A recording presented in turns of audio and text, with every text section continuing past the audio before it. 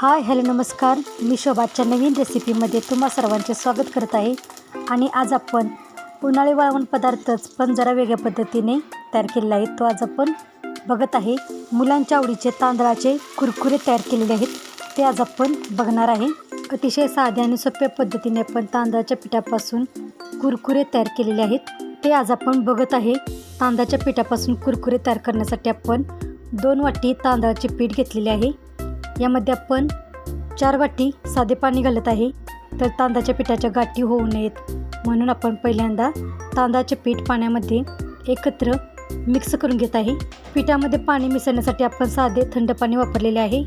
तांदळाच्या पिठाच्या गाठी होऊ नयेत म्हणून पहिल्यांदा पीठ आपण गॅसवर न ठेवता 3-4 वाटी साधे पाणी टाकून आपण पीठ एकत्र चांगले मिक्स करून घेतलेले आहे. पीठ चांगले एकत्र मिक्स करून झाल्यानंतर कढई आपण गॅसवरती ठेवून सतत तांदळाचे पीठ आपण पळीने एकसारखे फिरवून घेणार आहे.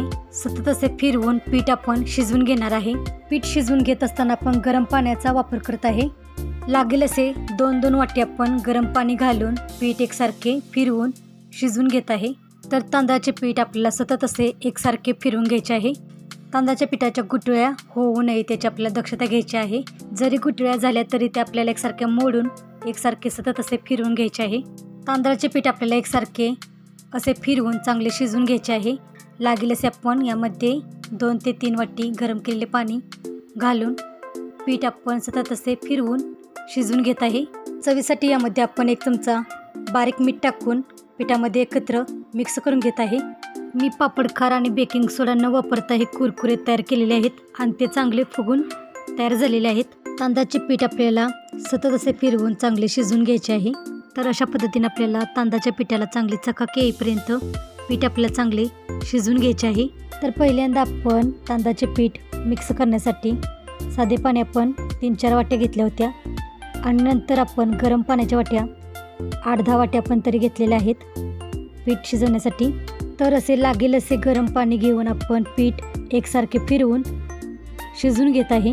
तर पिठातील पाणी आटल्यानंतर आपल्याला बारीक गॅसवरती पीठ शिजवून घ्यायचे आहे आणि पीठ शिजवण्यासाठी आपल्याला 15 ते 20 मिनटे लागतात. यामध्ये मी 1 चमचे ओवा आणि 1 चमचे काळे तीळ मिक्स करून पीठ एकत्र मिक्स करून घेत आहे. 1 चमचा जिरा टाकला तरी चालेल. तर अशा पद्धतीने आपण तांदळाचे पीठ शिजवून घेतलेले आहे. पिठाला चांगली चकाकी केलेली आहे आणि गॅस आपण बंद केलेला आहे. ओवा आणि तीळ टाकल्यानंतर हे पीठ चांगले आपण एकत्र मिक्स करून घेतलेले आहे. तर आपण हे तयार केलेले पीठ आपल्याला थंड करून घ्यायचे आहे आणि नंतरच आपण याचे कुरकुरे तयार करून घेणार आहे. पण थंड करत असताना पीठ आपल्याला सारखे अधूनमधून फिरवून एकत्र मिक्स करून घ्यायचे आहे. 2.5 ते 3 तासानंतर पीठ पूर्णपणे थंड झाल्यानंतर आपण कुरकुरे पाडण्यासाठी पीठ घेतलेले आहे. पीठ थंड होत असतानाही आपल्याला अधूनमधून पीठ एकत्र मिक्स करून घ्यायचे आहे. पीठ थंड झाल्यानंतर कोणत्याही एका प्लास्टिकच्या पिशवीमध्ये भरून आपण अशा पद्धतीने कुरकुरे पाडून घेत आहे. तर वाळल्यानंतर हे कुरकुरे खूप पातळ बनतात, त्यामुळे आपल्याला जाडजाडच कुरकुरे पाडून घ्यायचे आहेत. तर असे काठीगत आपल्याला कुरकुरे पाडून घ्यायचे आहेत. घरामध्येच मी फॅनच्या खाली प्लास्टिकच्या कागदावरती अशा पद्धतीने कुरकुरे पाडून घेतलेले आहेत. मी करायला लागले की वैष्णवीचंही चालू झालेलं की मीही करणार म्हणून तिनेही वेगवेगळ्या आकारामध्ये कुरकुरे तयार केलेले आहेत.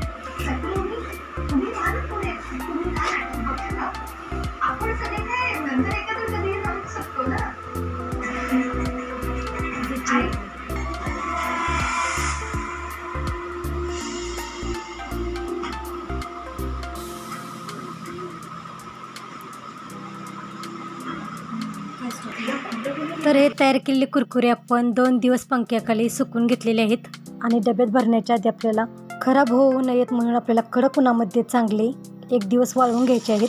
तर तयार केलेले तांदळाचे कुरकुरे मी तुम्हाला तळून दाखवत आहे.